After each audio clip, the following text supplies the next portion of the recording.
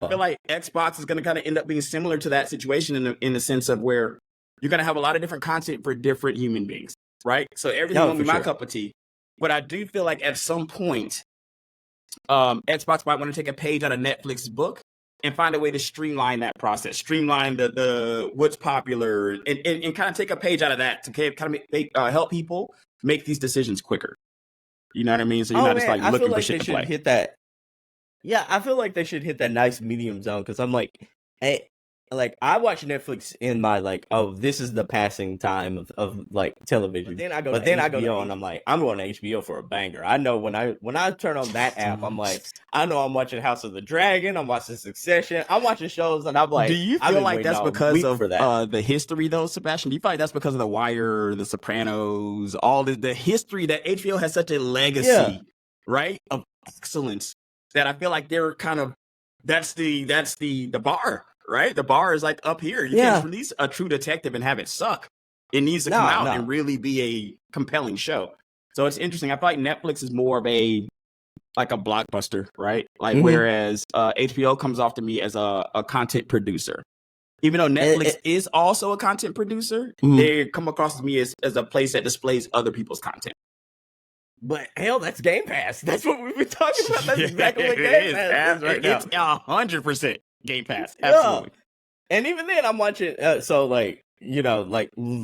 about to kick off the show in a second, but everybody, I feel like that's what Indiana Jones is going to be. It's going to be another Netflix show versus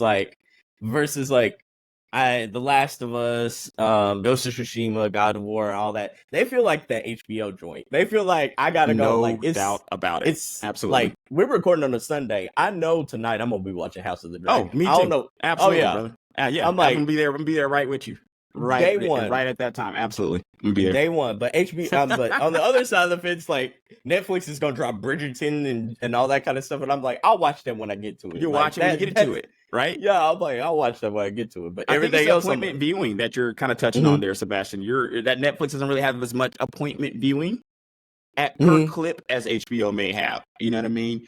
I think Netflix has more clips though to fire. You know what I mean? They have a lot more ammo to fire to kind of throw a lot more at the wall to hoping that something sticks. Whereas HBO, it needs to stick. Yeah, that's true. That's true. That's sort of where we're at with PlayStation and Xbox right now. Whereas PlayStation has these bangers and bangers after bangers, but right now where we're in that quiet zone to where on the first party side, all we have this year is Concord, which is a games as a service game that's very much almost like Overwatch, and then you have Astrobot at the end of the year. So I'm like, those good hit because that's all you got. Wow, that's kind of sad, man. I mean, it is, but I'm looking forward to Astrobot, but I know what I'm getting out of that. I'm getting a Mario type of game out of that. But Xbox this year, they're throwing everything at the wall this year and next year, and it's it might not be for you, but it's gonna be for somebody. It's gonna be for somebody, right? And it's gonna generate a certain amount of attention that Netflix generates on some shows when it comes out. When Squid Games and all that stuff came out, that was appointment viewing, but in a totally different environment, right? Because we were in a COVID environment, people couldn't go nowhere. So a lot of those shows, was it Tiger King? A lot of those shows that came out in that environment became appointment viewing, but not necessarily the way that HBO has always been appointment viewing in any environment. If that makes sense. For sure. For sure. Well, everybody, speaking of appointment viewing, this show is appointment viewing. This is the Single Player Experience, the premier podcast where single player gamers can find about good single player games to play. You also can hear us ramble and rave about HBO, Netflix, evidently sports. Because we normally have to touch on that when I got the sports guru in the building. But anyways, if you like what you hear, go ahead and become a fan of this. Like, subscribe, do all that kind of jazz. But anyways, everyone, let's get to it. The Single Player Experience starts right now. Cue that intro. Round one, fight. And that's the bottom line. And his kick is good. I need a weapon. You cannot escape. You forget 1,000 things every day. How about you make sure this is one of them? Here we go. It's time for the main event. All right, so we're back. Now, Reg, I want I want to talk to you about something. I want to tell you. Yes. I want you to tell me if I'm crazy or if I'm crazy or if I'm kind of on the right track here. I will tell you, my friend. I feel like last year, 2023, we had banger after banger on the AAA side. That was like, okay, you had survival horror. You had like survival horror. Nintendo was jumping out. They were throwing some bangers out there. PlayStation had some games out there. You had pretty much there was something for everyone. You had your Baldur's Gate out there. You had your Tears of the Kingdom out there for the Switch people. You had basically, if any genre you can imagine, there was like a big representation of that genre. Fighting people had 2 fighting games last year, Mortal Kombat and Street Fighter. Survival horror fans had what was it? I'm not Resident Evil 4. They had Resident Evil 4. They had what is the game that got remade last year? But it was made by EA. Dead Space. Dead Space. I'm like, they had Dead Space remake. They were eating pretty good on that. I'm like, Baldur's Gate came out and took over the world. Absolutely. Everybody was kind of eating good. Yeah, everyone was eating good. This year, I feel like you have to be a specific gamer to eat good this year on the AAA side of the fence. Because, like, I feel like if you're a JRPG guy or RPG guy, especially if you like that anime style of, like, storytelling, you're eating good this year. Oh, man. I love it. Yeah, absolutely. Yeah, for sure.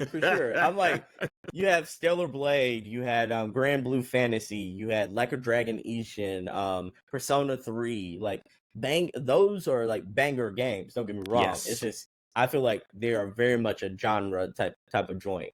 And until now, when Elden Ring and Elden Ring Shadow of the Erdtree DLC, and then beforehand currently and loving, by the way. Oh yeah, and we'll get to that in a minute. And then Dragon's Dogma. Outside of that, I don't feel like there's a wide gambit of I guess you say genres and subgenres that are being represented. But you're eating good. So you're telling me I'm crazy. This has been a good year for games. Not necessarily. I think that you make some legitimate points because what you kind of speak of, and I'm going to use a stock market kind of reference here, is you're speaking of the breadth.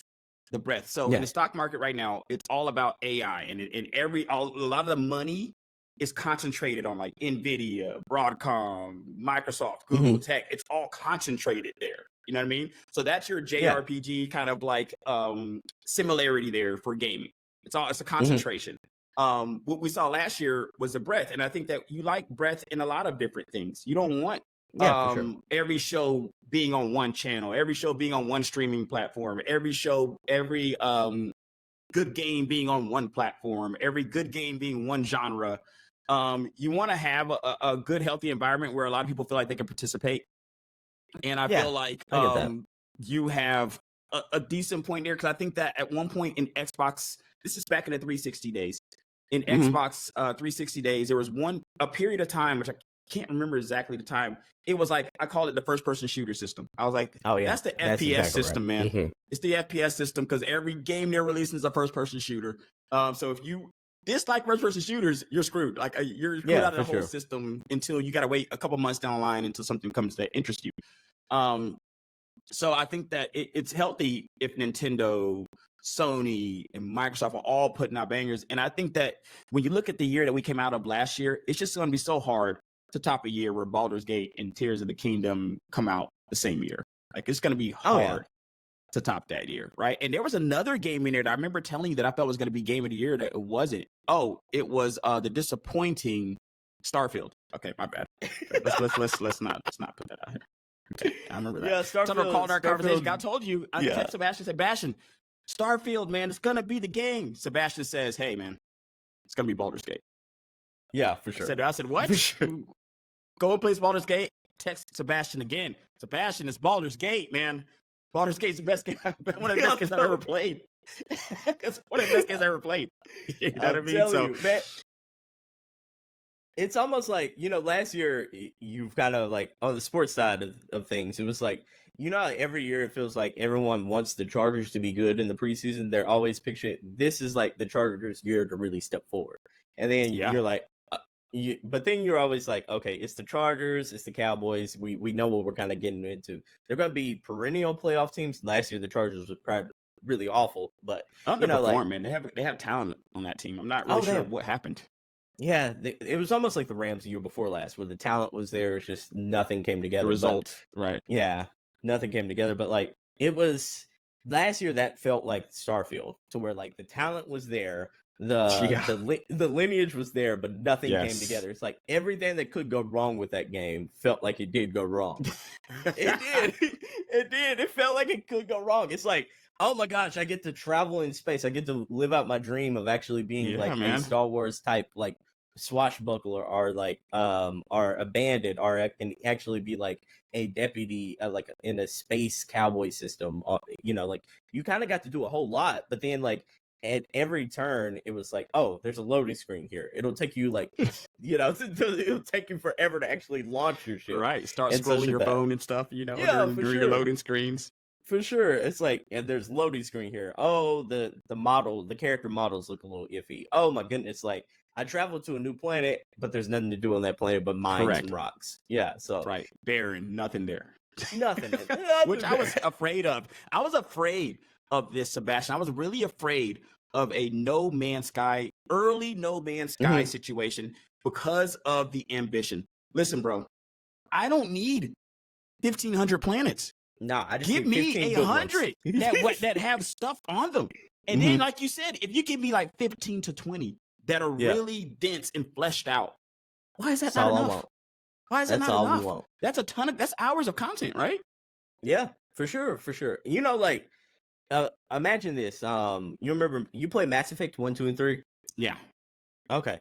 So Mass Effect, there really wasn't a whole lot going on with those worlds except when you were talking to different people. But it felt lived in. It felt denser than it actually was. But like, I would have been okay with Mass Effect levels if you just had like better cutscenes, made the game feel a little more, I guess you could say 2023 and such like that. You didn't even have and then like you played Skyrim before. That game felt like if I like put Starfield in front of you for the first time and just didn't tell you what console you were playing on, but I put an Xbox controller in your hand, you could imagine that was an Xbox One game. Like, just by the visuals and everything like that. The way that it came across, right? It's disappointing. Disappointing, especially coming off. Do you think, Sebastion, like the Skyrim situation kind of hurts a bit? Like, Skyrim and Fallout are so massive.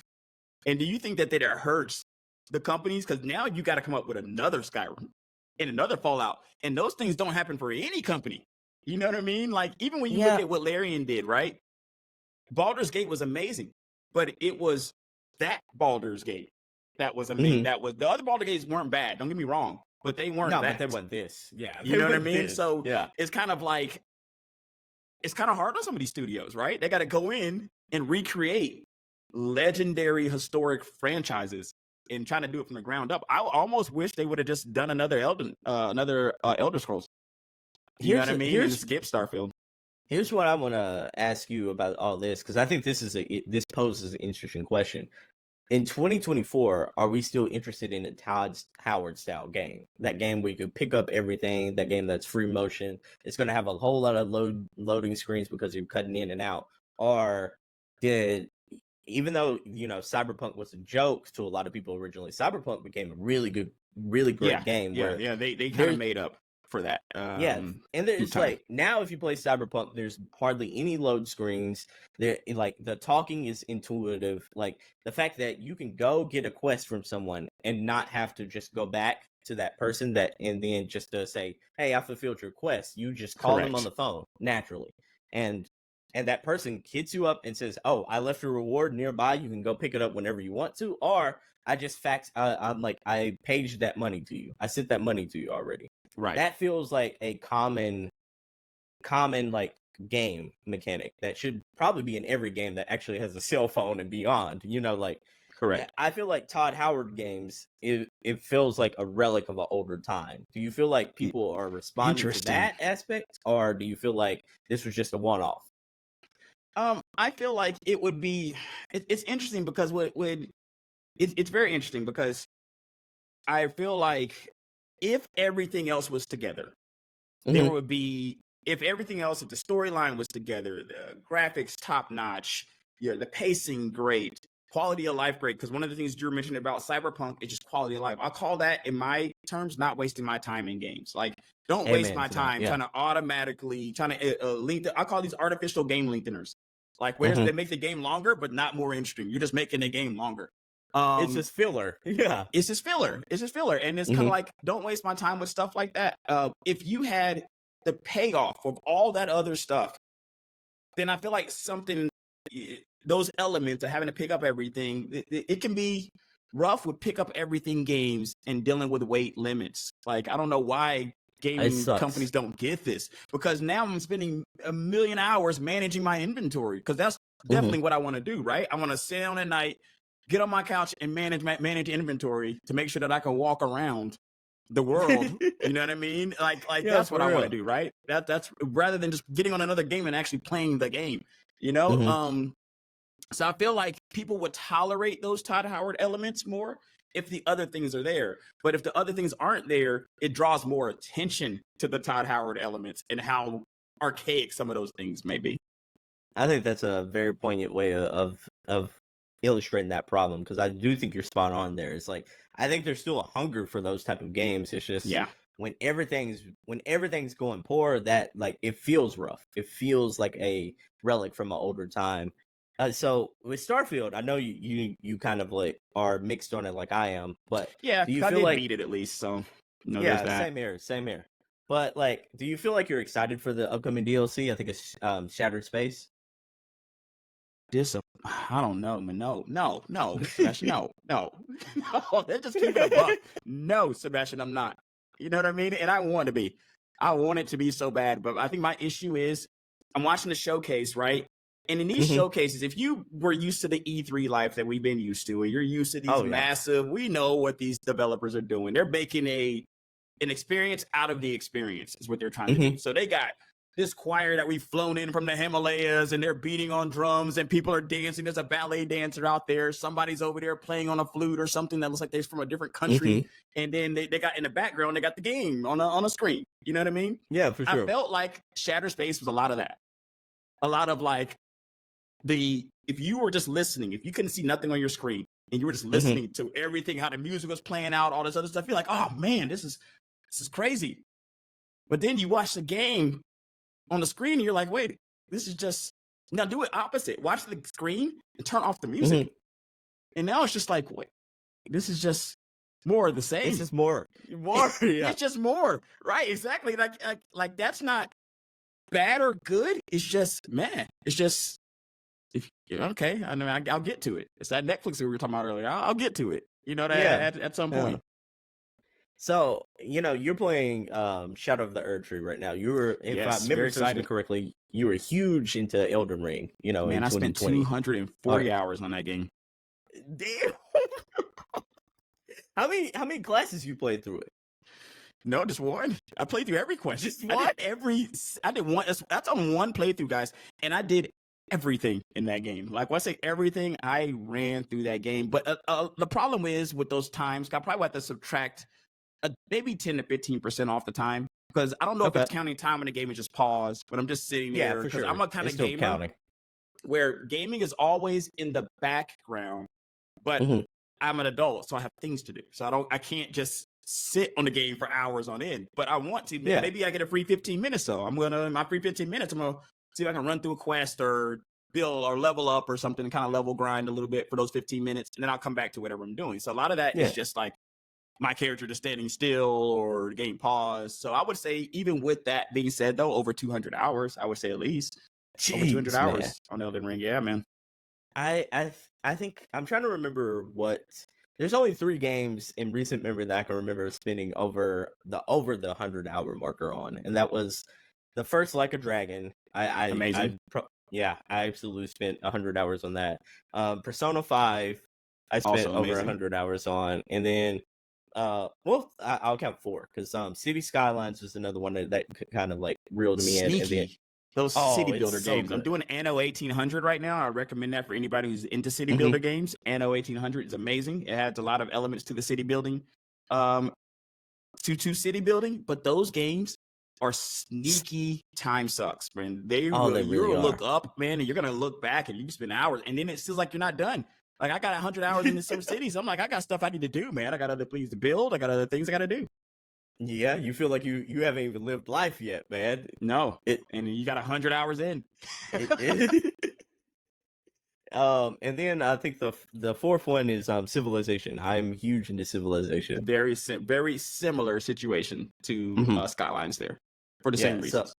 So on those, like I got sucked into those, but you've done more than that in just Elden Ring, more than almost all my time. I have several 100-hour games. I have several. I have a lot of them. And this is something that my friends kind of know me for. It's why it's interesting because I feel like with me, because some of my friends like, man, you game more than anybody I've ever seen. But I think that's just only because a lot of my games kind of replace television for me, and also I'm a multitasker, so I'm not just gaming. So it's going to be like gaming's always a constant, but maybe I'm watching TV. I got, the little screen, big screen dynamic. Some people might know about the little screen, big screen dynamic, where you got the little screen, big screen. So depending on if I'm with my girl, we're chilling or whatnot, and I'm going to take the game into the little screen.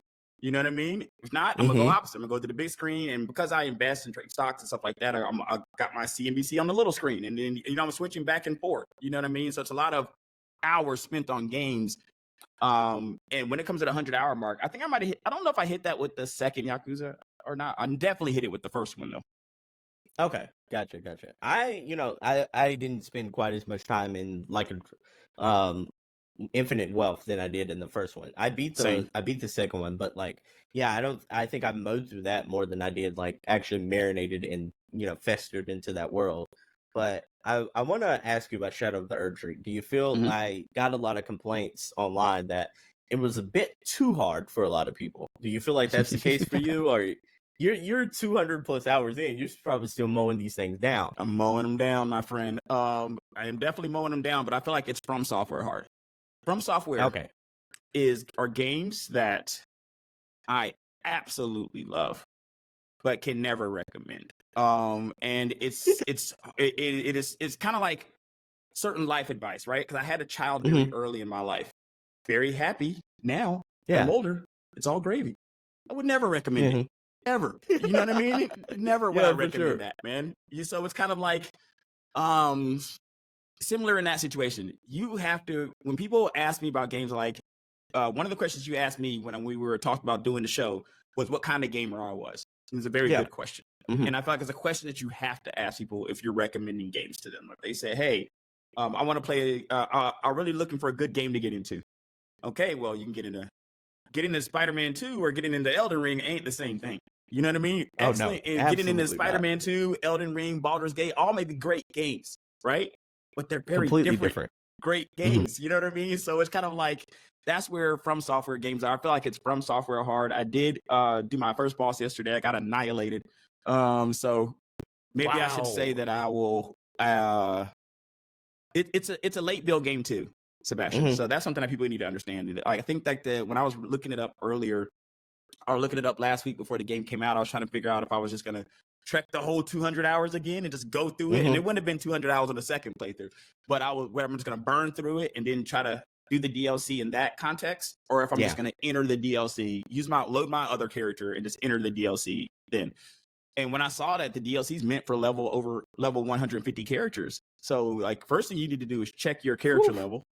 Yeah. If your character level's under 150, then they're saying the challenge it may be challenging for you. You know what I mean? Sure.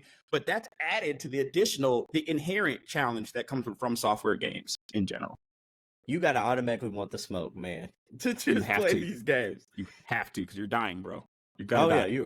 You absolutely are, and you're right. It's like I'm not a super From Soft person. Like I dabbled in Elden Ring. I spent 40 hours in Elden Ring before I realized I was like, I don't want the smoke anymore, man. Like this ain't for me. This ain't for me. You gotta know what kind of gamer you are, man. You know what I mean? No, for sure. Everything's not for everybody, man. Yeah, for sure. But the crazy thing is, it's like my dumb ass, like I should have known this one for me. Like I played Bloodborne and I had to bow out of Bloodborne. I played Demon Souls, had to bow out of Demon Souls. But the hype of Elden Ring got me in to where I'm like, and Elden Ring is the most approachable one in my opinion. It's like of all of the From Software games, if you struggle with Elden Ring, don't think about these other games. You know what I mean? No, for sure. Because they are going to be harder. I beat every From Software game and spent a significant amount of time into that 100 hours that we're talking about. Is I've spent on almost every From Software game, with the exception of Sekiro. Because with Sekiro, the storyline, and this is a big draw for me. I am a storyline guy, Sebastion. Like whether it is video games, movies, television shows, writing is incredible. I need the writing to be right. I need that storyline to kind of tie me in. You know what I mean? So Sekiro didn't provide enough of the storyline for me personally to have the trade-off of extremely hard difficulty gameplay. So a lot of times when I'm playing From Software games, the lore, the storylines is what draw me in, and it's compelling enough to get me through those harder moments. So me and you are birds of a feather because you're speaking who I am as a person when you just said like the story is what draws you in as a gamer. Absolutely, I'm that same way. Like my favorite games of all time, the God of Wars, the Red Dead Redemptions, the Spider-Mans and Batmans, all that. I'm like, those stories are what elevates those to a higher level of echelons for me. So like Elden Ring, the way they tell stories is so different that I wasn't able to still grasp onto the narrative there, because it's like it's a more of a lore thing than it is like an actual like telling you a cohesive, like straightforward story. You know what I mean? Welcome to It's like there's a story there, but it's that From Software way. FromSoft is going to give you PowerPoints, bro. Like you're gonna get you're not gonna get a story. You're not gonna get a cutscene. You're gonna cutscene at the beginning, a couple here and there. Yeah. But you're gonna get slides. You're gonna get lore that's kind of alluded to, worlds that are kind of like lived in that you kind of have to extrapolate, your own experience out of those things. But notoriously, FromSoft is notorious for that. Like they don't have a lot of it's not like Final Fantasy where you're gonna get hours of story. Like if you could just cut out the game and go just cutscenes, you might get an hour or two just cutscenes. No, you might get an hour or two of cutscenes in FromSoft's entire catalog. Like I don't even know if you can get to an entire hour or two of cutscenes for FromSoft's entire catalog.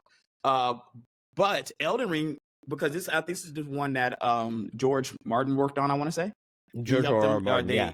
Yeah, he had I don't know if they consulted. I don't really know how big of a part. But this is the most fleshed out FromSoft game that I played. Like this is one of the most fleshed out ones from a story perspective, and those games are notorious for not having fleshed out storylines like that. I mean, the lore is very deep, which is interesting. Oh yeah. So what were you playing before Elden Ring Shadow of the Erdtree came out? I was playing Dragon's Dogma, kind of ran through that. I got about 60, 70 hours in that. I like Dragon's Dogma was an underrated game to me because I liked the combat. I was like, the combat in this game is pretty fun for me. And I just didn't expect it. When you go into some of these games, especially when you go into American RPGs, right? You go into American RPG games. Sometimes it's just not something that you expect, but I was very excited that the storyline was there. You got your RPG elements, but then the combat kind of is there as well. So if this was just a combat game, I would have enjoyed it just as that alone. So that's one of the things I can say about Dragon's Dogma, and kept me playing, man. I don't even remember the first one, to be honest with you. I didn't really love the first one, but and I tried out the second one, and I think from Dragon's Dogma, I think this is a me problem more than it was an it problem. I think I was expecting. I love Dragon Age, and I wanted more Dragon Age than I wanted Dragon's Dogma. If that makes disappointment, sense. Man. Disappointment. Yeah, absolutely. Because I wanted that BioWare. Like, I want to fall in love with these characters that I'm with. I wanted those characters to have big personalities, and whereas this one, you low key like Dragon's Dogma, you got slaves, and you're just telling these minions what to do. Yeah, what to do. We're running around, man. We're a gang, man. Absolutely. I had 3 people. I think 2 or 3 people in my gang, man. We were running around just tearing up stuff, slaying these villages. I wanted. That's great. I love that concept. I just wanted them to have like actual like backstories and like characterizations and such like that. I wanted to I do something and it pisses one of them off, and I'm like, oh, I gotta do damage control here. I wanted that BioWare type feeling out of it. But outside of that, I love the gameplay. I'm like, I love the climbing and using my short blades to climb up on big foes. I love the way dope, this, right? Yeah, absolutely, man. Yeah, I love the way the Sphinx and stuff looks like that, and I like the way they portrayed the world. It's just me too. I feel like it was bad expectations from my part that didn't allow me to get into the game like I probably should have and would have, because those are the type of games I really love. It just didn't click for some reason. No, that's interesting because I think that one of the issues, and this can be not just games with like a few topics that we've discussed today, can be outside of the context of gaming, and that's just expectations in general. Like I have, from being let down so long in the gaming industry. I've been a gamer my entire life. I don't look at release dates. I don't care. I don't care that you told me this is going to be out, unless you told me this is already in production, like they're producing the disc, or they've already sent people are already playing it, like review sites are already playing it or something like that. Then that can be a total lie. Like that game could be delayed 6 months to a year from the time they told you. So I don't even get my expectations up with a lot of things. Kind of try to go in and I think it helped that I didn't play the other Dragon's Dogma, so I didn't really bring any expectations to this Dragon's Dogma. I do know that if I had approached it like a BioWare game, which I feel like only, in my opinion, let me think, maybe Bethesda. I'm trying to think of other companies that do games like BioWare that allow that depth of single player games that I crave so much. And Rockstar is sneakily good at it. Rockstar is sneakily good at stuff Rockstar like that. Rockstar does it. Recently, I would say, like we talked about Baldur's Gate. Baldur's Gate has Larian, that, man, like, excellent. Larian, they do that as well, for sure. Yeah, I was like, Larian has that. They do that. BioWare does that. There's a couple of other studios that does that, especially on like that AA indie level and such like that. There's a couple of them that do that. But like, yeah, it's just I wanted a little bit more of that, and I think it was bad expectations on my part that didn't allow me to click with Dragon's Dogma 2. And that's maybe why like the year as a whole to me is like, it feels like more of an indie game year on my side of the fence, where I'm enjoying more indies than I am like AAA games. So recently, I think that's what the games you play too. I think because if you don't play, let's take out the games that you already said, Sebastion. So if you take out Dragon's Dogma, and you take out Shadow the Erd Tree, those are already two things that have come out of the year, right? Yeah, for sure.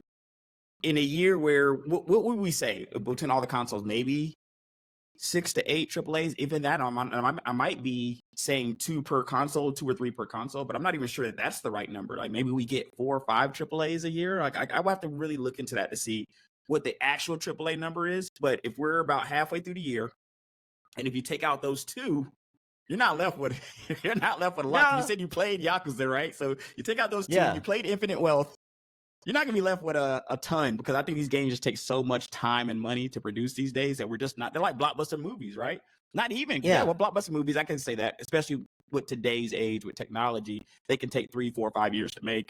And the same thing with these games, 3, 4, 5 years. Look at Grand Theft, 10 years on that? It's gonna be 10, 12 years for sure for there. So I don't think we're just gonna get a lot of bites at the AAA Apple annually. And if you don't like 1 or 2 of those games, you're automatically outside looking in. yeah, it's like, like it's a third party year is what I would call it, more than it is like a first party like PlayStation, Nintendo, Xbox. I think the back half of the year, as we've seen in the summer showcases, I think like those will actually show up, because we do have Xbox does have like, I think Stalker 2, Indiana Jones. They do have Avowed is another one.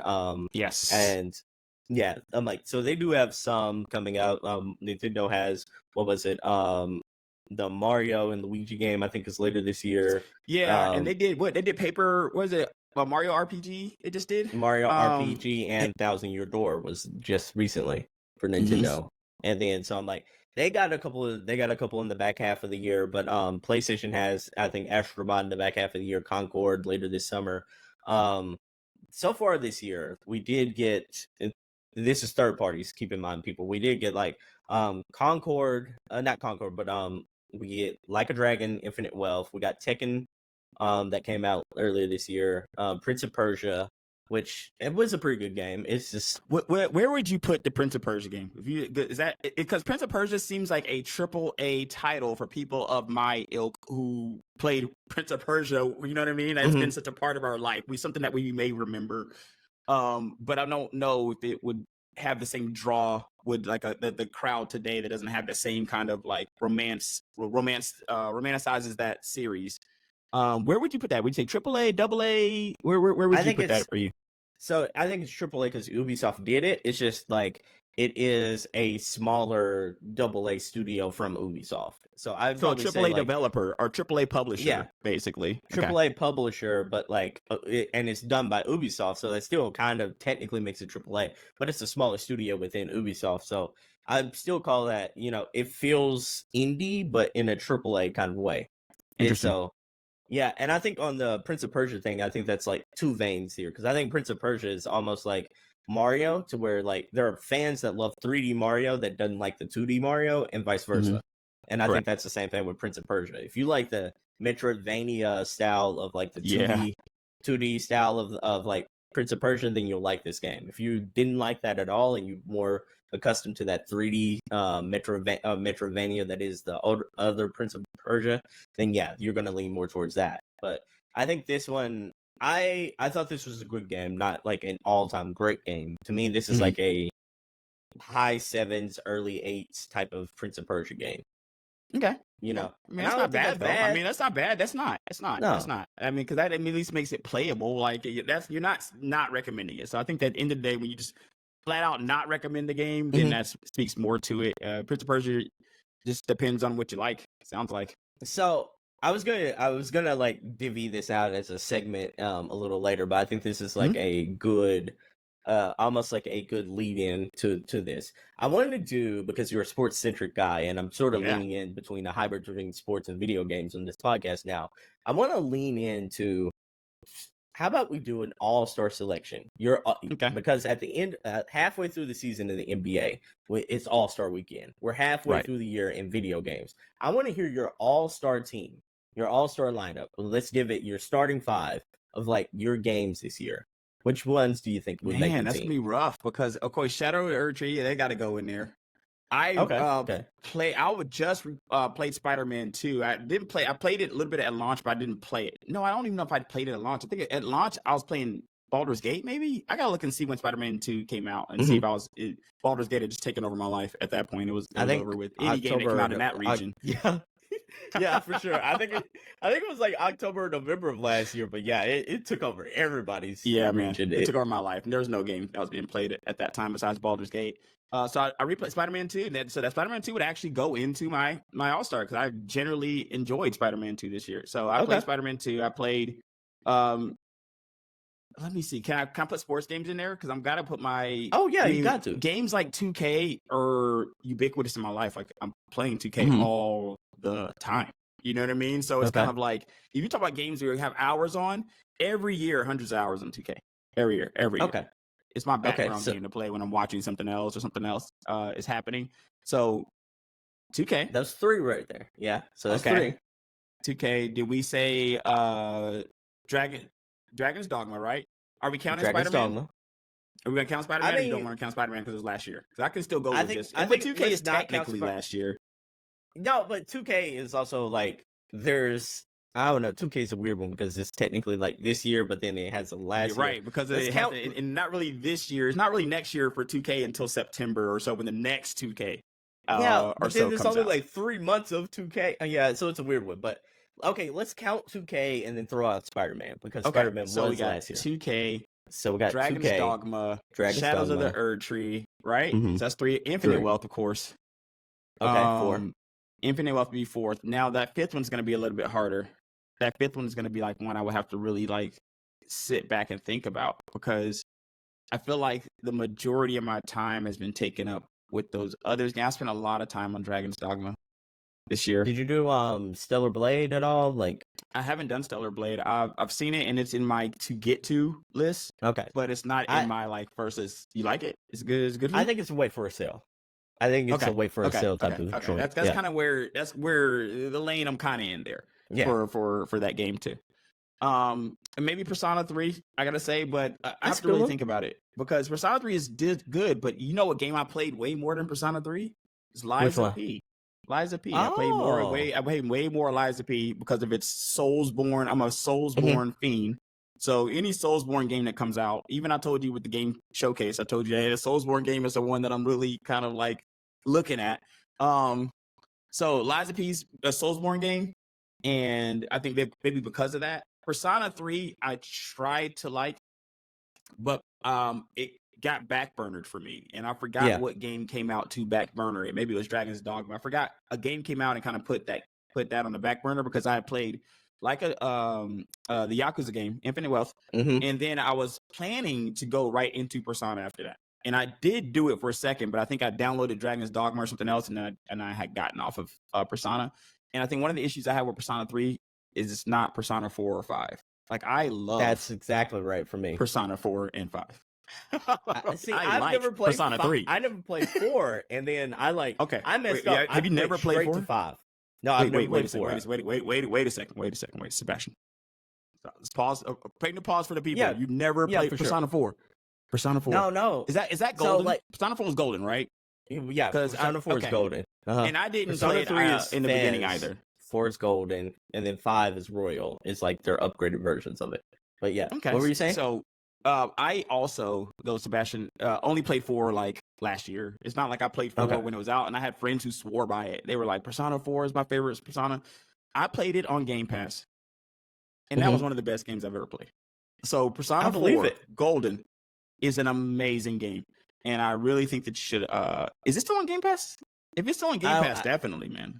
Yeah, so if it's still on Game Pass, I might check it out. Here's the hang up for Persona 4, and the reason why I haven't checked it out is because I first dove into Persona 5, and I'm like, I love this game. It's one of my favorite games of all time now. Yes. So then I heard that they were remaking 3, right? And the remake of 3 just came out early this year. Every fiber of my being tells me they're just going to remake 4. And I want, like, it just feels like, okay, you went back and remade 3, you put the whole like 3, 4, and 5 collection on Game Pass. Doesn't that scream like, hey, they're going to do the Persona 5 treatment where they take all the features from 5 and they put it into 3? Don't you feel like they're going to do the same thing with 4 pretty soon? It's interesting because I got to look back at 4 because I don't think I played. When I played 4, I have to look and see if it was a somewhat of a remake because the 4 that I played wasn't the original 4. It wasn't 4 from like the 360. It was a Xbox X. It was a latest console 4. So it wasn't a 4 from like. Cause I'd imagine when Persona 4 originally came out, right? That would have had to been what, PS3, maybe PS4 range, maybe. Yeah, around there. Yeah, I think early that age. 4 is 5, right? So PS4 is 5.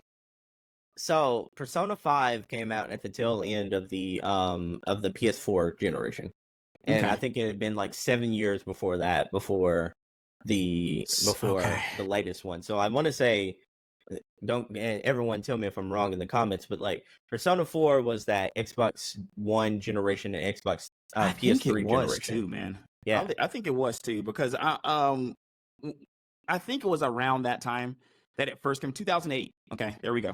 Okay, yeah. So that's right around that. That's that Xbox One generation and that PS3 generation for sure. Yeah. So the game that I played was not a 2008 game.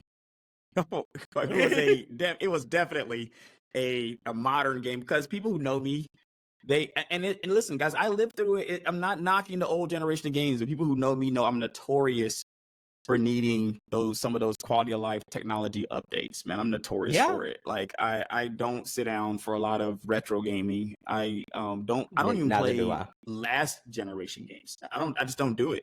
And maybe that's because I've already played through it. I think that there's a whole world there to be discovered for individuals who haven't played those games. But I lived through it. So it's kind of like, I was there. I was there. I've already done this. I've already done it.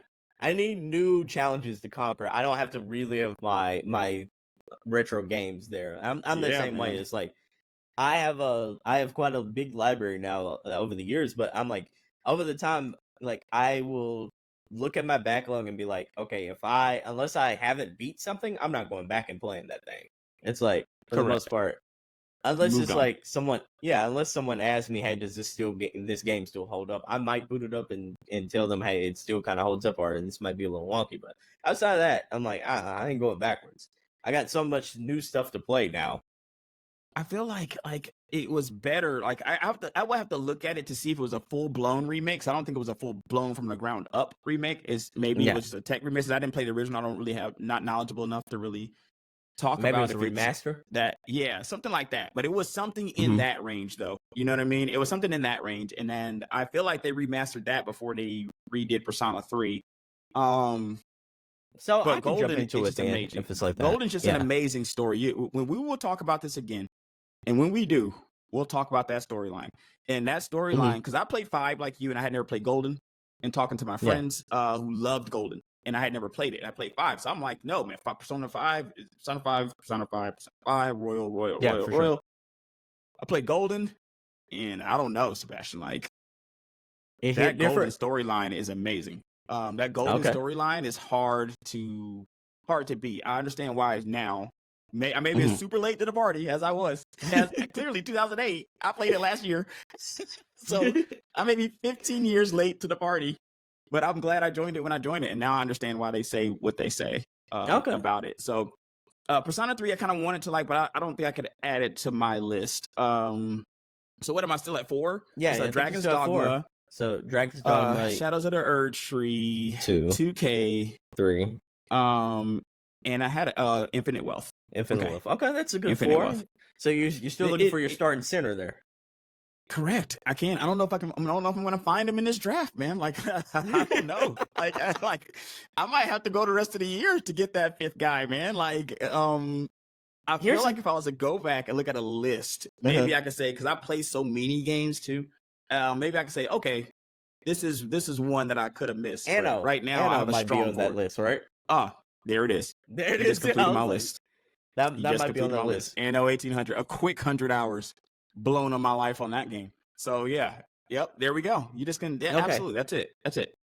Okay, I think that's a strong list. Mine is very much different though. It's like so I got 2K is the cross correlation there. I think that might be the only cross correlation. Oh, Like a Dragon 2K. Both of those are on my list. So that's point guard, shooting guard, and then the other 3 slots. I would probably say Balatro is a game that's got to be on my list now. Interesting, because that was a sneaky good game for me. Good money spent. It wasn't expensive, and that hit me I can blow through times on that. I can blow through hours on that too. That was a great recommendation. But I would not have played it if you didn't recommend it though. Yeah, you wouldn't for real? No, not at all. I'll play this game. That made me feel like Tyrone Biggins, man. I was hooked on Balatro, yeah. So man. Balatro, V Rising is in there now. So that's 4. Interesting. V Rising. What genre is V Rising? Okay, so V Rising is you like city builder. So V Rising is a city builder mixed with Diablo. Is the best way I could possibly give you that. Interesting mix that is, huh? Oh yeah. So you play as a fledgling vampire. You're just like a brand new vampire into the world, and you're in the world that is almost like that old school Transylvania style joint. So you start off and you basically have to use materials around you, such as like wood, stone, and all that kind of stuff to make your basic gear. So this is the clothes on your back and also the weapons that you have. You start off with basically the stone and bone type of fragmented caveman style weapons. And the premise is in Diablo, you basically are always in Diablo style games, at least, you always have to go out and try to grind and beat enemies to gain levels, right? Yeah, man. So, levels and loot upgrades and stuff like that. That's basically what it is. So this takes that and spins it on its head. So you still do that. You can still get loot from the enemies, but everything you get and every aspect of the stuff you get around you, whether it be materials and such like that, you go back and you use it to build up your castle. And and the stronger your castle is, the stronger you can also make different things in your castle. You start to get sawmills, you start to get stone grinders and all that kind of stuff. And it's like you're making an automated system in your castle that you're constantly feeding materials into, and those materials will then give you better gear. And that's interesting. That's interesting. Yeah. Interesting premise. Maybe I give that a shot. See, because that's something that I would also not have been on my list. If you have not just said it just now, I peruse the store all the time. So I'm always looking for stuff, but I've passed it by a million times. So here's another thing that I like about V Rising. There's a couple of things. V Rising has this weird premise that I absolutely love, and it took me a moment to kind of wrap my head around. It's you don't get stronger like level wise by actually like defeating enemies. You get stronger by like the gear that you have, as far as like, okay, so like the gear makes you into level 50 and like level 5, level 10, level 50. Leveling up via gear versus getting gear that's that level. That's exactly right. So wow. That's exactly right. So like that, and then like the bosses unlock different I guess you could say different automations for your castle. Like, oh, so like I defeated this fisherman boss, this now gives me the ability to craft the fisherman rod and such. Yeah. And so like I beat, yeah, and then like this also, V Rising also ties into the world of Castlevania. So like I wasn't big into Castlevania growing up. I got big into Castlevania through the anime that came on Netflix. So that's interesting.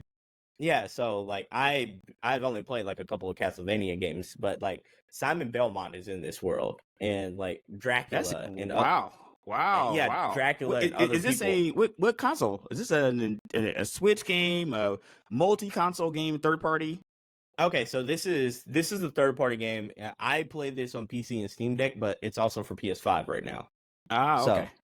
So I would it plays great with controllers. I only played most games with controllers, unless it's like a strategy type joint where I have to use like a mouse and keyboard. But like, so I would recommend picking this up on PS5 though, because it works great with controllers. It's a Diablo style game, so yeah. You batting 1,000 over here, Sebastion. I gotta check it out, man. You know what I mean? At least check out. That I gotta at least look at it and see, if it's something. Is it on? What is the price point? Or is it AAA price point? Is it mid range, low range? What are we looking at? It's mid range. I think like I didn't like the developer sent it out for review, so I didn't buy this. So full disclaimer there, but like I do believe this is like 30 and below is what I remember looking at the Steam store. Okay, that's a sweet spot. I think I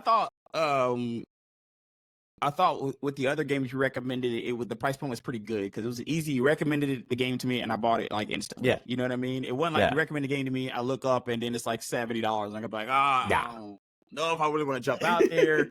You know what I mean? So with V Rising, because sometimes, like we've talked about in this show, it's not really about a game being great. It's a game being great for you type situation. Yeah, for sure. And you don't, and some of those things you don't really discover until you do them, right? Like you don't really discover. It's like that relationship, right? It's hard to discover it without actually being in that relationship. How you can think about how you might enjoy it, but without actually being around that human being or being in these situations or playing these games, you don't really know. So I think a good price point, 30 and under, is fair.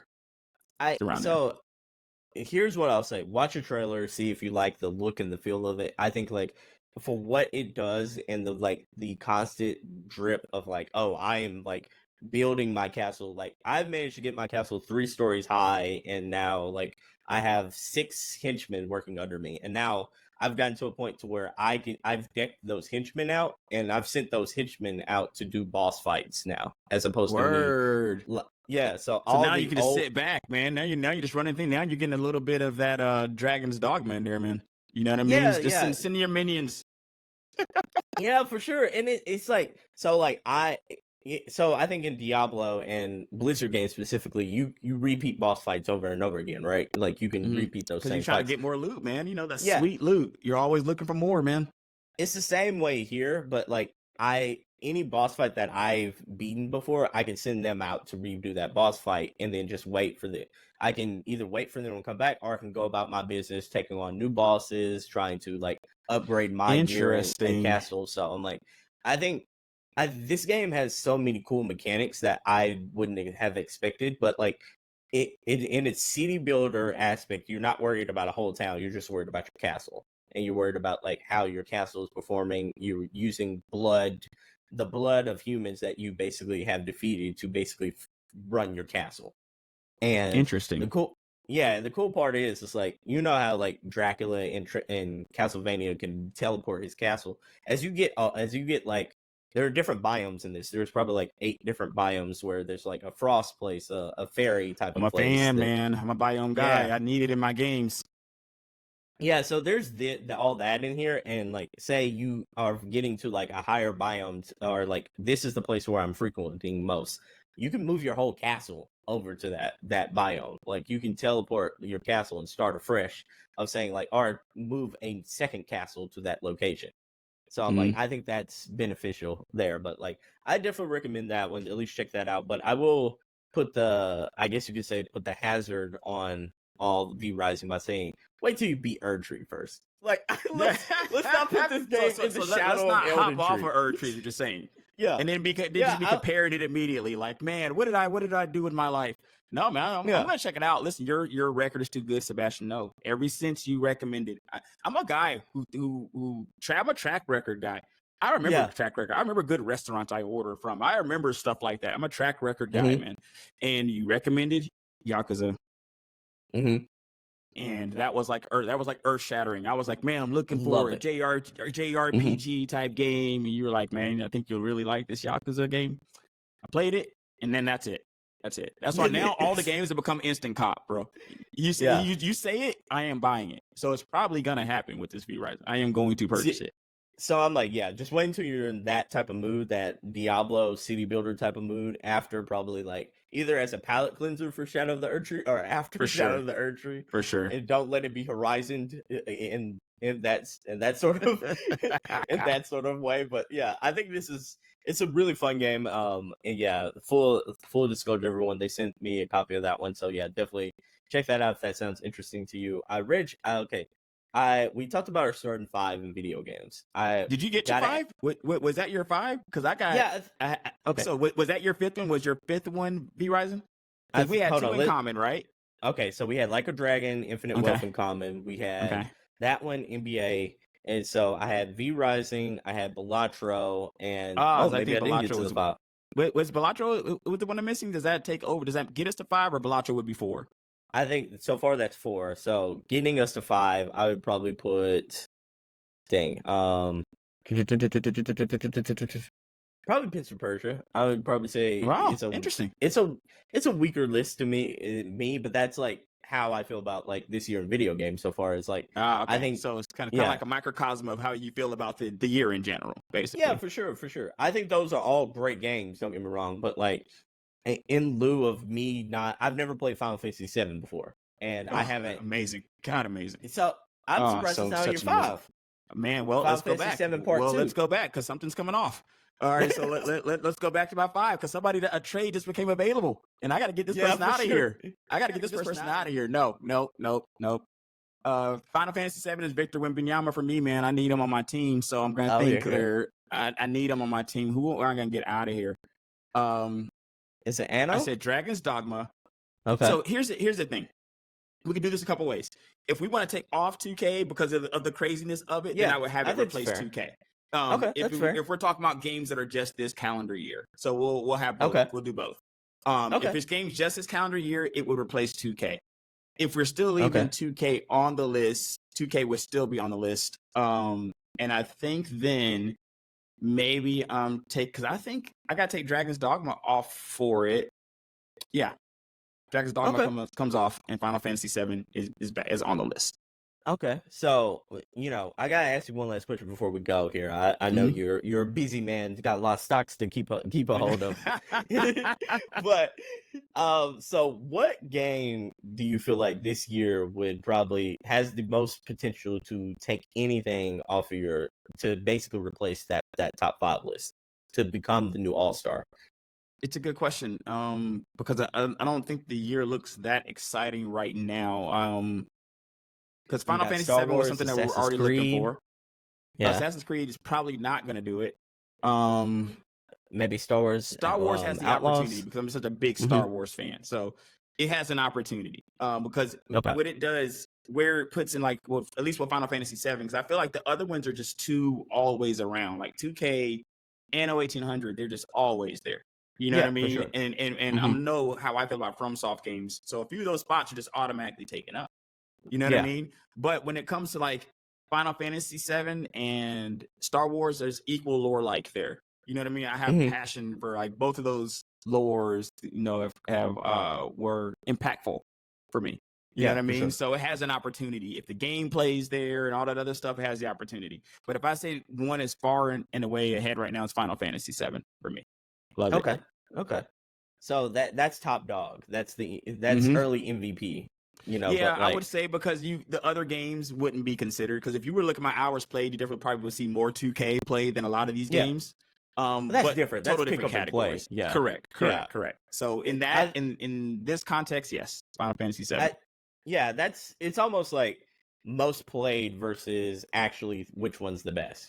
Correct. I think those are two separate categories for sure. But I think that's a very interesting like dilemma there of like later this year. I do feel like there is a little bit more padding out, like of what this year is in video games. You do. If you're a Stalker person, like Stalker 2 is coming out, like Xbox. I will check for that. I will. I'll look into that. Yeah, Xbox does have some games coming out. I think Wulong might probably break your top 5. Wulong, not Wulong, I played, but the other game, the Monkey King game. Yeah. Yeah. You had just sent you sent the name of this to me when we were talking. I was sure. Let me make sure. Dang, because I know people are probably shouting at me right now. Wukong Fallen? No, not Wukong. Flintlock. Flintlock is another game that I'm looking forward to. Is a Souls-like game. I really wish, as now I look back at this text, that South of Midnight is on there. Moved that to next year, games, I believe. It's interesting because we looking back at this text that we had exchanged before. Black Myth I really Wukong wish Metal Gear Solid was coming out this year, man. I really wish Metal Gear. Are we getting it this year? I'm hearing like maybe, but just like I told you in the show before, I don't trust it. I just don't trust it. But I really wish. So let me put that in there. If Metal Gear actually made this calendar year, there's a chance for Metal Gear. There's a chance for the Star Wars game. I think that's next year. I think Metal Gear is going to be next year because I don't think they have any. Like Konami hasn't put out any games forever. I don't think they have any rush to put that out. So I think I think that's next year, and I think next year is going to be a banger year. By the way, like GTA, Metal Gear is already there. You're already there with just 2 different titles, right? You can really just say GTA, and you're already in a banger year, whatever year that year is going to be. So for real though, the game I was telling you about, Black Myth Wukong, is the name of it. It's the game where you're playing as the Monkey King. It is a Souls game. It is amazing looking game. What is that this calendar year? Yeah, that's coming out in a couple months actually. As a matter of fact, man. I think Black Myth Wukong. Let me make sure I got this correct here for the people in the back. That's August 20th this year. Oh yes, it's before vacation. Yeah. Oh yeah. So August 20th is officially going to be a PlayStation game. I think they are delaying the Xbox version. Man, I'll take it either way, man. Doesn't matter to me. Yeah. I'm going to hear it. Now the Xbox version is interesting because with Wulong, it was Game Pass. Mm-hmm. Game Pass has really done a good job of making me really rethink purchasing. Oh yeah. And change the way that I think about purchasing, because it's like, am I willing to wait X amount of time for X amount of dollars? You know what I mean? So it's the movie thing to where like, am I willing to actually go see a movie, or can I wait until this is out of streaming basically? Correct. Yeah. And it's kind of like it's there. So that has a chance. You're right. Okay. So let me read out some games here that are from this list here, and let's see if any of these pique your interest. You do got Flintlock Caesar John. It's coming out for everything July 18th. I think that it looks good. I don't know if it's going to be top 5 good. Black Myth Wukong is out there. Definitely. Yeah. Because we've been looking for that for at least a couple years, right? Like that Black Myth has been in the working for a while. I think they first showed that off almost before the pandemic. So I'm like, it's been a while. So I'm definitely looking forward to that. Visions of Mana, which is kind of like that. It's an old school IP, but it's almost like that. Did you play Sea of Stars last year? I didn't, but is it like those other like Secret of Mana type games? Is it like in the vein of those Mana type? They're like Japanese games, right? Yeah, for sure. That is exactly how it is. Almost like the Golden Suns, the old school Fire Emblems, that type of joint. I don't really play those games a lot, so that I wouldn't say that would be high on my list. Okay. Star Wars Outlaws is also August 30th. That looks pretty fire. Yeah. We'll see. It's an Ubisoft game, and I always say Ubisoft swings in sevens. So I'm like, So let's see if we can break into that 9 category, man. Maybe get like 9, 10 out of this, maybe. Yeah, for sure. There's 10. I don't know about that. Let me take the 10 back, but maybe we can get some. Maybe we get some. I don't know. When's the last 10 Ubisoft game that we've had? Man, goodness gracious! I don't know if we were born. Where's there an Ubisoft game? Is there even a 10 Ubisoft game? There's got to be, right? Because some of those. Oh, wait, Assassin's Creed. Maybe the earlier Assassin's Creed, they at least approached it. I know they didn't get there. I don't think they got over the 10 hump, but I think they've approached it. I think they were in the 9. Some of those, at least those early iterations, right? I think 9s are fair, but I'm like, I think maybe Splinter Cells, maybe. Wow, and I love Splinter Cell. I'm not sure why they've gone away from that. Personally. Yeah. There's a game I want to put you like attention on. It's called Inotra: The Last Song, and it's coming out later this year. I spoke with the developers. It is September 19th. It is a game from people who made. I believe they used to make like Bloodborne. They were on the FromSoft team back in the day, but like interesting. Yeah, so they split off. They're doing their own thing. They're making a Souls like, and it is very much Bloodborne inspired. But if you like if you like Lies of P, it's almost very almost like that. What's the release date for that? You got a release date this year? Yeah, September 19th. I've actually went hands on with this game. I played the demo, and I went to a couple of video game conventions where this was actually played. I would almost call it a Sekiro meets Bloodborne meets almost like an Arkham style game, because there is like some stealth into it as well. So I'm like, if you do like that type of gameplay, that one's right there. What's that setting? Is it like a feudal Japan setting? What's the setting for the game? It's almost like not feudal Japan. It's more like it's like old school Italian like setting. Interesting. Okay. But the cool thing, so it's almost you were playing as was it animatronic? No, that's not the right word. The animals where they stand up like people, where they actually like function as people. I'm trying to think of that word. I blanked down that word, but like you're playing as a cat basically, and the cat is almost like the cat stands on its back hind legs just like a person, and the cat wears like people clothes. I think I've seen this though. I think I've seen a trailer for this. Yeah, I think I've seen a trailer for this, but maybe it surprised me that it's coming out this year. I'm gonna have to revisit that and see if maybe I had my calendar off there. Yeah, so you got that. You got Silent Hill 2 coming out. Is it actually coming? Is it? I didn't think it. I don't think it looks good. Silent Hill is on the coming out list for like the last like 5 years. Like this game is always on the list and it never comes out. So I mean, hopefully this year is the year, guys.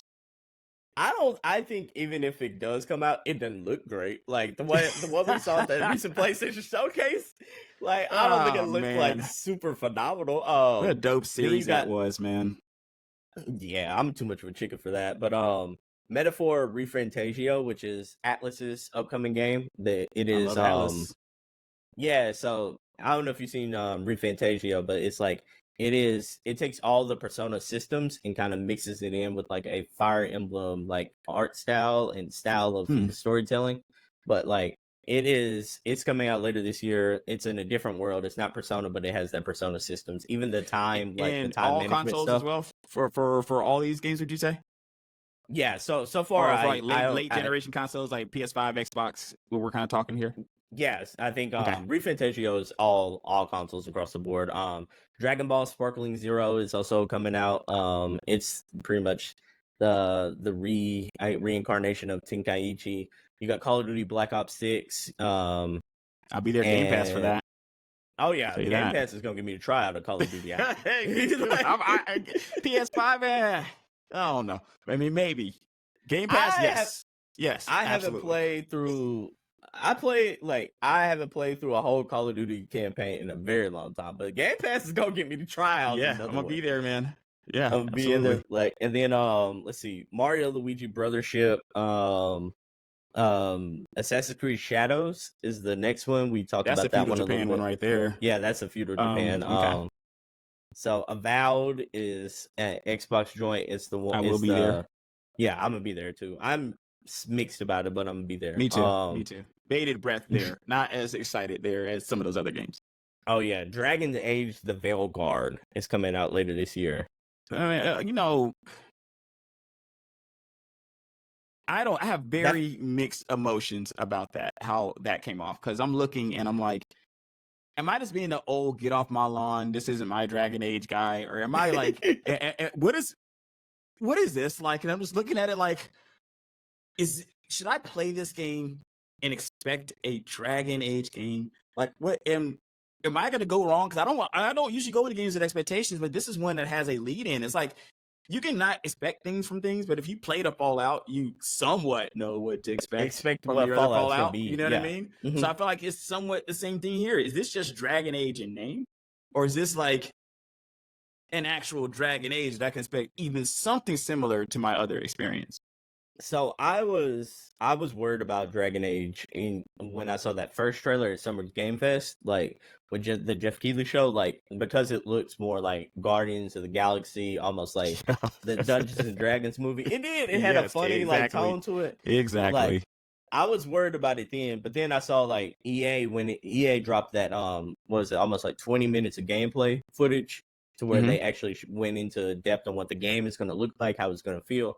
And that one made me feel a whole lot better. It didn't feel like good.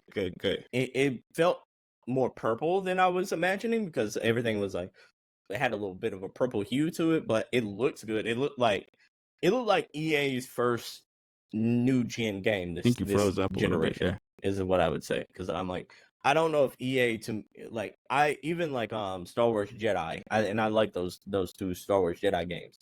I don't think they necessarily looked next gen yet. I feel like they looked good, but not like even that the next second level. one. This one, I think, I think the second one, and I played that one on PS5. I think that looks great. It's just, I can make the argument here that I think that also could ran and looked okay on a PS4, is what I'm saying. I think with Dragon Age, there's so much going on in that screen. It's like, you have to either make that look good or it looks like an old game, you know? That's interesting because I haven't looked at that second trailer. I haven't looked at the second one, and the name alone, of course, right? And what time, what year, there's a date on that actually? They said fall. They said fall. They haven't come out with a date. And you trust that fall. You trust the fall. Here's the thing. I like everyone's saying 20 minutes of gameplay is pretty good if it's already out. 20 minutes of gameplay tells me like, and it looked done. For the most part, it didn't look like they had anything else to like work on or anything like that. So 20 minutes of gameplay made me feel good about it. And I'm also like, there's two things that make me feel like if you're a game right now, you need to hurry up and come out, or you're going to be swallowed next year. Like, absolutely swallowed next year. That's that Taylor Swift, man. You know what I mean? Yeah. So you're calling GTA 5 that Taylor Swift effect. Not on that week. Like, not in this year is what Sebastion saying. Not in 25. I'm saying 2025 is GTA's, and then you also got GTA. You got Marvel's Wolverine is also there. You got the Switch 2. Yes. You got the Switch 2 and whatever is around the Switch 2. So I'm like, and they're saying GTA is probably gonna, and the Switch 2 are probably gonna be around March. So I'm like, that first half of that year is a must. It's over with. It's over with. Yes. Yes. So I'm like, so I think Dragon's Age, you need to come out this year, or you wait in a whole calendar year till fall of next year. So you're going to punting into 26. And I don't think EA is going to want to do a whole year of waiting. So that's where I'm at with it. What do you think? I think that it's decent. I mean, it's kind of like if you can't come into that year, if you can't, I don't know. Do you punt to 26 though? I don't think you can go that far, but I think you gotta. I think so. Basically, what you'd be saying then is you gotta come out this year. You got 6 months. Let's look. It's June 23rd. You got 6 months. Yeah, that's what I'm saying. I'm like, you come out this year, all right, boy. It's a wrap. Do you think they could sneak in there, like maybe in the winter, like maybe they punt to the end? Maybe you punt into a 6 month radius of GTA radius, right? Maybe you punt out of a 6 month, wherever that 6 month radius of GTA is. So that means from March to September. No, absolutely not. But maybe you can still sneak in there November, December-ish, if you have to. I'm hoping it comes out this year though. I'm hoping for that. Yeah. So I'm like, here's the thing. I'm like, I think GTA is going to rule that year for two reasons. I think it's going to rule that year and make $1 billion in like 5 days minimum. I mean, the last one did in 2013. Like, it made $1 billion in like 5 days. So I'm like, man, I think we can beat that. Then we can probably beat that. Oh yeah, right? I expect at least 3 days, probably a bill. Like, I think this is going to be the most successful franchise, or the most successful multimedia thing to come out, like, ever. I also think it's going to be the most successful multimedia thing to come out and blow away anything 48 hours of sales. So I think you can count movies in that, you can count TV shows in that, music, whatever you want to say. I think this is going to beat that. But like, I'm also looking at, like, GTA is going to rule that first half of that year, and then like Black Friday and that shopping is going to come around, and it's going to have that second wave. A rehash for GTA. So you have GTA, and then you got GTA going on sale. That's a catalyst event, right? Exactly. Everybody who didn't get GTA at the beginning of the year is getting it at the end of that year as well. So I'm like, that's all. Man. Like, you get the hell up out of there. You get the hell up out of there. If you're not like something that can stand up on its own 2 feet and basically, I'm not gonna say compete because I think that's a step too far, but at least like stand out by yourself. I think you need to get out of the way of that. Like Wolverine, I think it's an IP where it can stand by itself. Let it, like, Wolverine, Fable is correct, because it's already got the Marvel. It's got that they're bringing with it a certain brand brand recognition.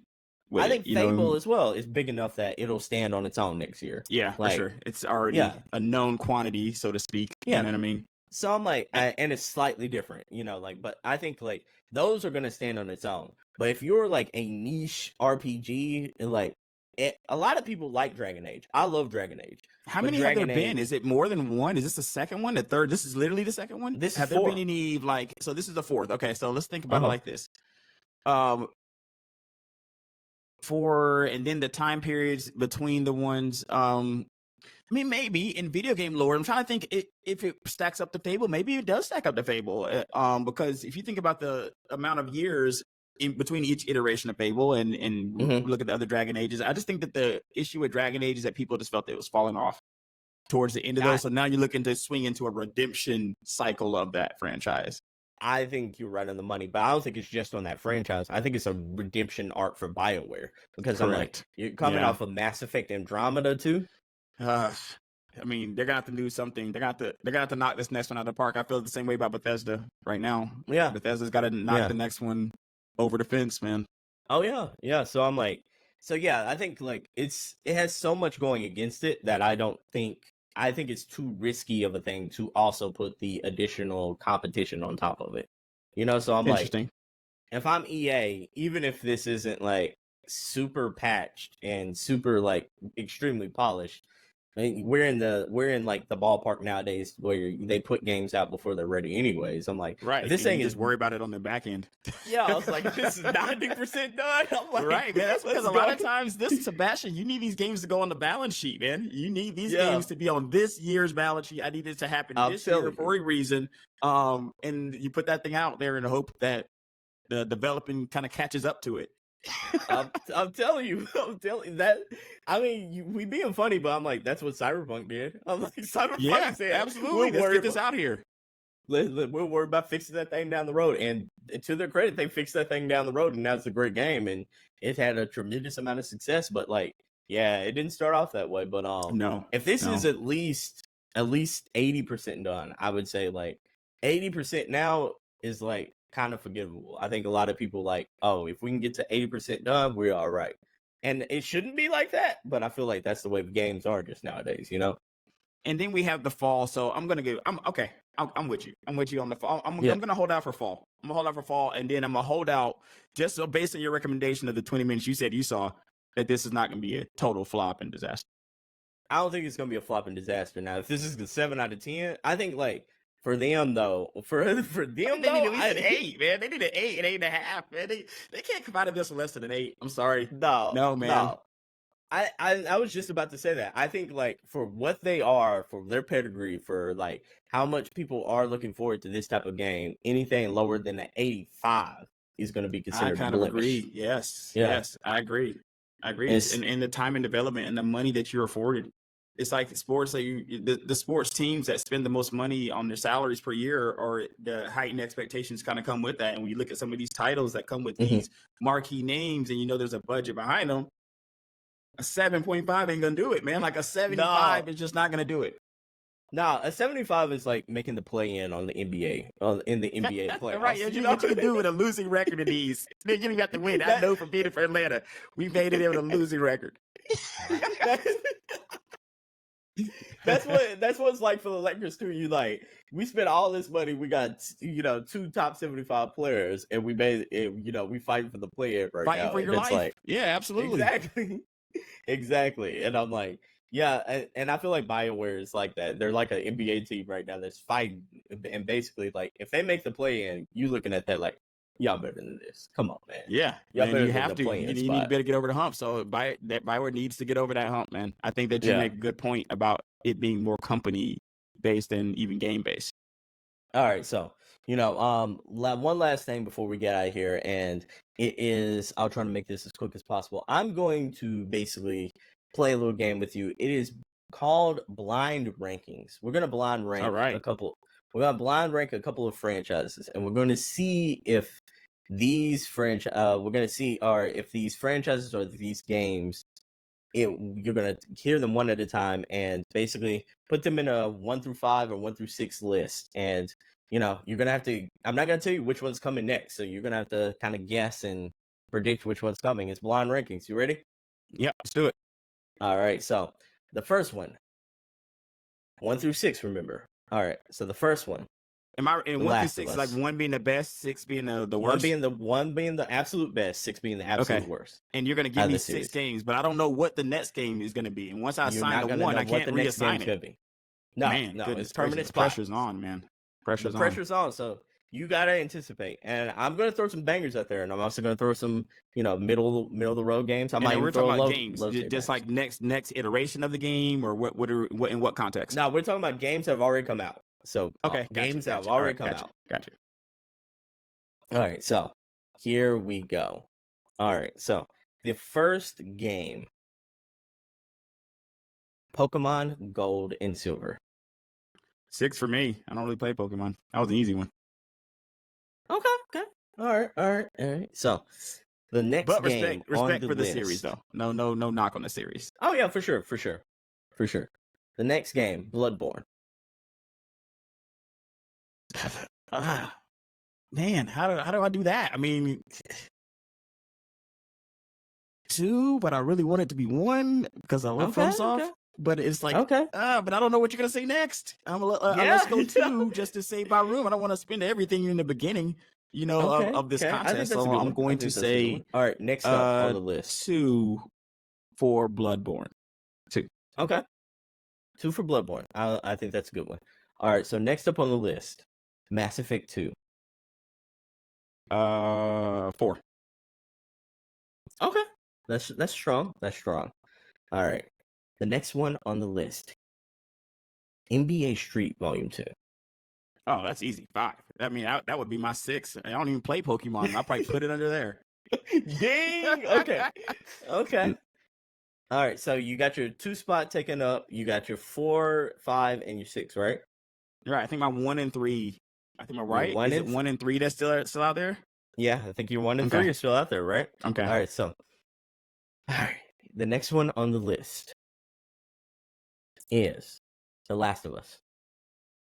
Well, since I don't know what you're gonna say next, I gotta put that at 1. I mean, even though Bloodborne is kind of like, Bloodborne is kind of right there with it, but I feel like, what if I get another like NBA street ball situation here, and then I gotta put that 1? Like, I can't do that. Like, so now I'm just hedging my bets here, and the last going with that. The next thing you're gonna say, I don't know if it's gonna be as good as The Last of Us, so I gotta put Last of Us at 1 right now. Okay.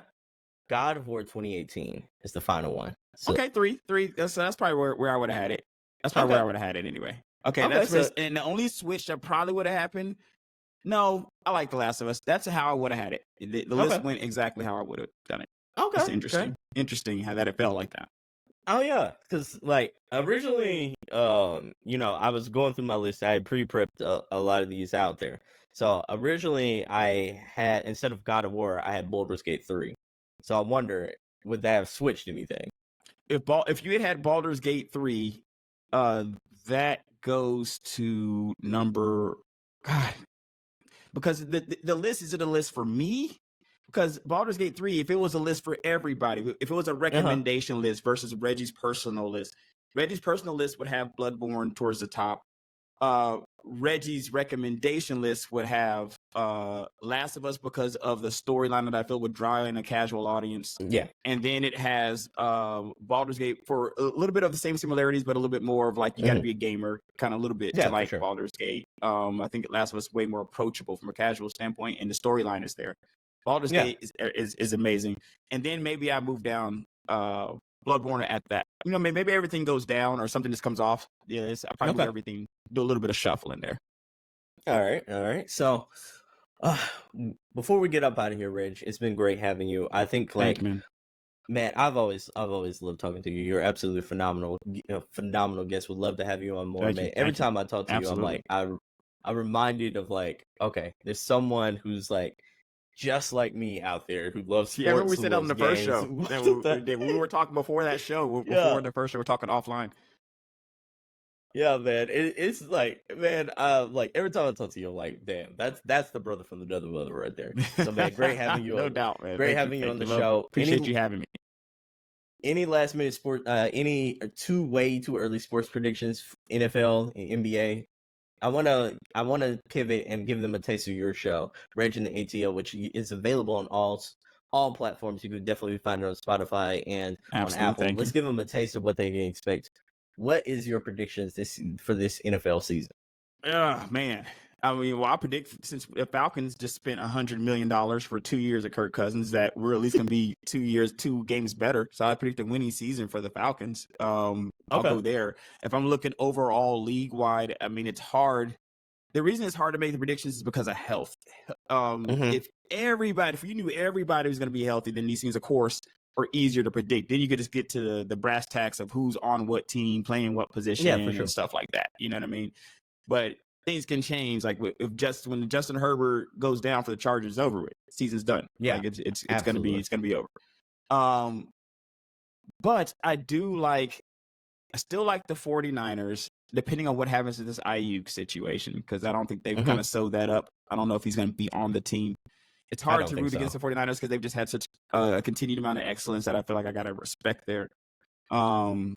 So I would still respect that until something tells me not to, especially so if Ayuk is out there.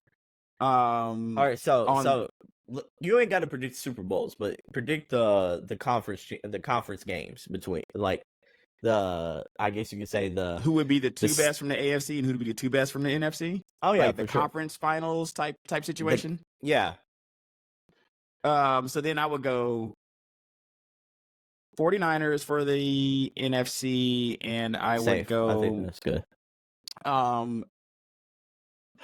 Would I go Eagles? I feel like the Eagles need a redemption year, man. Like the Eagles need. I'm an Eagles fan, so I'm going to say like, I would and 49ers. Because I'm looking as a Falcons fan, you just look at who the realistic teams that you need to beat. You know what I mean? So I'm just kind of telling you the teams in my head that I feel like you got to get close to. Dallas is one of these teams. Like as much as Dallas gets disrespected for their postseason performance, they're a winning franchise. They're going to win games. Oh, yeah. You know what I mean? And you got to at least be able to do that before you can even talk about your postseason performance. You got to get there.